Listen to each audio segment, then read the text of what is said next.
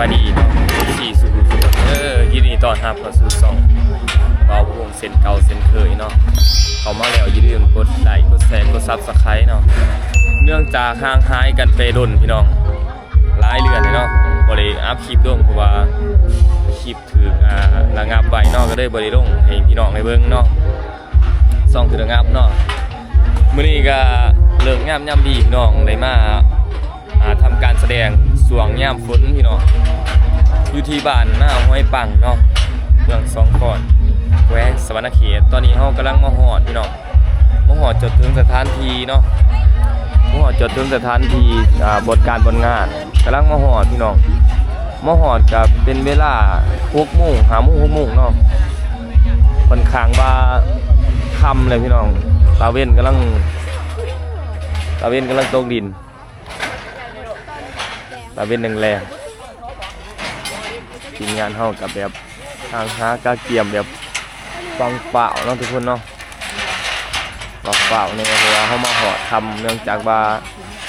การไปการมาเฮาบ่สะดวกรถเฮาบ่สะดวกเนาะรถเฮาก็คือ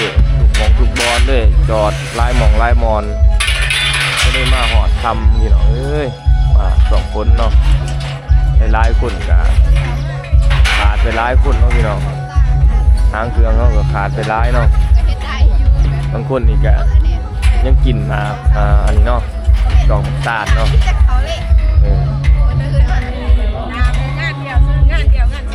ผู้ใดผู้หนาเนาะขนาดเลย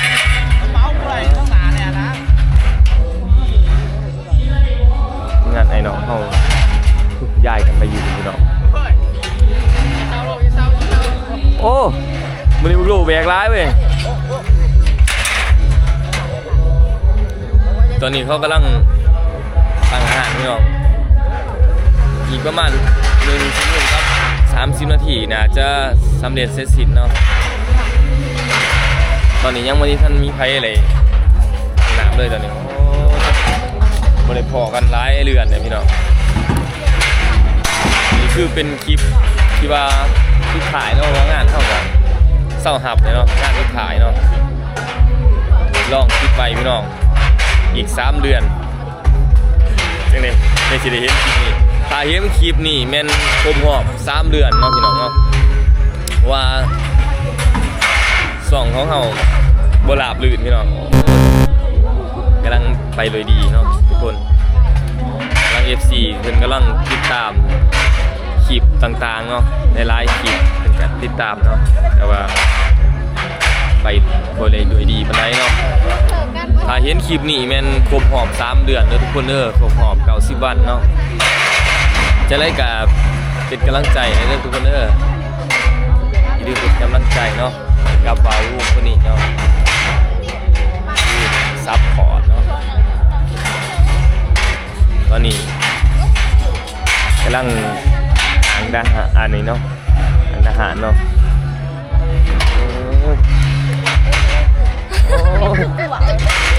สบายดีครบรอบ3 เดือนถ้าใครเห็นคลิปนี้มันครบรอบ3 เดือนเนาะทุกคนว่าคลิปนี้ลองไว้เนาะลองไปก่อนเงาง้อยเนาะส่วนนี้เนาะ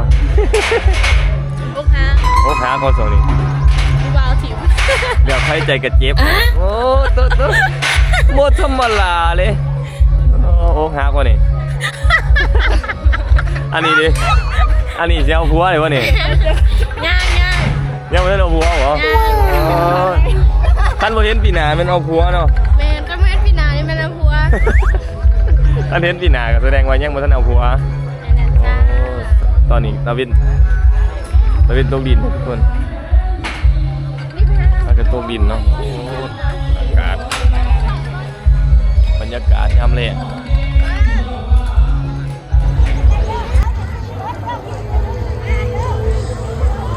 เนาะตอนนี้ต่างหันยังไม่ทันได้เอาเนาะแต่ว่า FC เป็นมาปูสาดไปทาเนี่ยตอนนี้เนาะ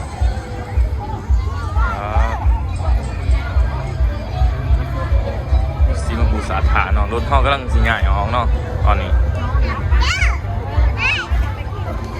FC บ้านหน้าห้วยปังมาลายแหงเนาะ ปูสาดปูเหล็กปูไม้พี่น้องเพราะว่ารถเขากำลังจะเคลื่อนย้ายออกเนาะ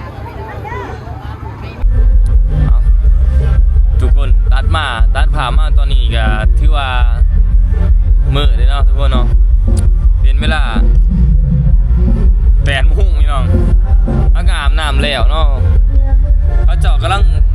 ติดตั้งไฟแล้วเวทีแล้วเนาะเพราะว่าเขามาหอดกับ6 โมงเลยพี่น้องจนตะเวนตกดินเนี่ยเพราะว่ารถเพ่ร้ายทุกคนเลยถือว่านานแล้วเนาะเขากำลังสิแต่งหน้าพี่น้องจะได้กับซอยเป็นกำลังใจเด้อถ้าผู้ใดเห็นคลิปนี้แล้วก็อย่าลืมหามีนมาให้กำลังใจเนาะคลิปนี้สิลองไว้พี่น้องถ้าเห็นคลิปนี้แม่นประมาณ3 เดือนเนาะถ่ายไว้เพราะว่าตอนนี้ยังลงคลิปบ่ทันไหลเนาะ FC หลายๆคนก็คือสิคิดฮอดเนาะว่าวงก็คิดฮอด FC ทุกคนบ่ได้ลงคลิปให้เบิ่งก็เป็นเวลาล้นเติมแล้วเนาะตอนนี้เอาจะได้ก็อย่าลืมมีนกำลังใจสูงๆมาเลยทุกคนว่าสิแต่งหน้าเนาะตอนนี้เนาะเพราะว่าเวทีเฮา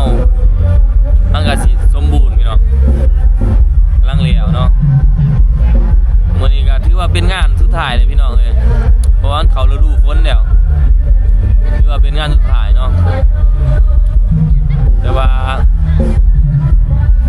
และพี่นาพี่นายอยู่เลยสิได้เห็นคลิปเกี่ยวกับการไปกันมาของเฮาน้องๆก็สิพ่อหน้าใหม่เพราะว่าเลนเซอร์เก่าแล้วก็ทีมงานมันเก่าเขาก็บางคนก็แยกย้ายไปบางคนก็ไปบ่งใหม่บางคนก็เมื่อไทยเนาะบางคนก็มาลูกเอาผัวเนาะหลายอย่างก็แยกทางกันเนาะพี่น้องเดี๋ยวจะให้เบิ่งเนาะตอนนี้เวทีเฮาแล้ว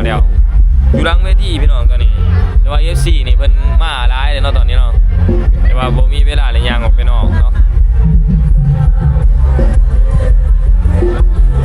เอาพี่น้องอยู่หลังเวทีตอนนี้หลายคนก็แต่งหน้าแต่งตาเนาะแต่งหน้าก็มีเนาะอยู่ตรงหน้าเลยพี่น้องแคมตรงหน้าเลยบรรยากาศดีเอาคลิปนี้ฝากนับตัวนี้ด้วยทุกคนอย่าลืมกดซับสไครต์เนาะกดไลค์กดแชร์กดคอมเมนต์มาเพื่อเป็นกำลังใจทุกคนพอกันในคลิปต่อไปเนาะขอบคุณขอบใจทุกคนที่เข้ามาเบิ่งมาชมจนจบเนาะขอบใจหลายๆ